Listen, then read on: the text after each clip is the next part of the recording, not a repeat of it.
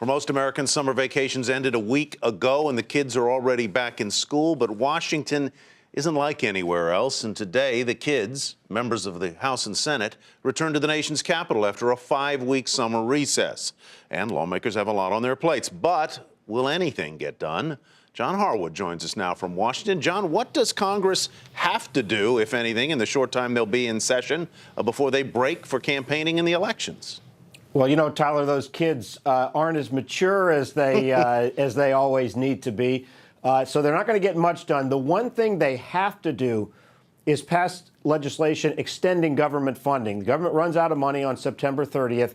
To avoid a government shutdown, they've got to pass what they call a continuing resolution to keep that going. And the main threat to that possibility was the idea that the president would invoke unilateral action on immigration, and conservative Republicans might have then refused to fund the government. That has now gone away. So it does look like that one essential piece of business will get done over the next couple of weeks. But we know, John, that these kids also have their own preferences. So what is the #1 project that the Republicans would like to get done? And how about for the Democrats? The Republicans are planning to have a series of message bills to emphasize conservative policies that they've advocated that have been stopped in the Senate on jobs and on energy.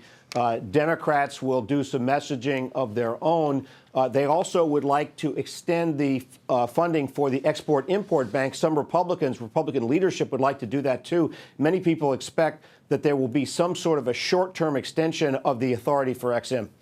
All right, so Congress immigration has basically been put on the back burner, as I understand it, over the weekend.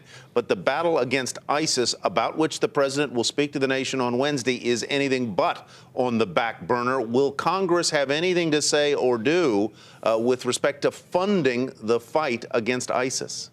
The president may ask for some funding. I don't think it is essential that it get passed before Congress leaves for the election. And I also think it is not likely the president's going to seek specific authority to use force in Syria. He's asserted he's already got that authority, and it would be a dicey vote that many members of Congress don't want to take. All right. Thanks a lot, John. John Harwood reporting from Washington.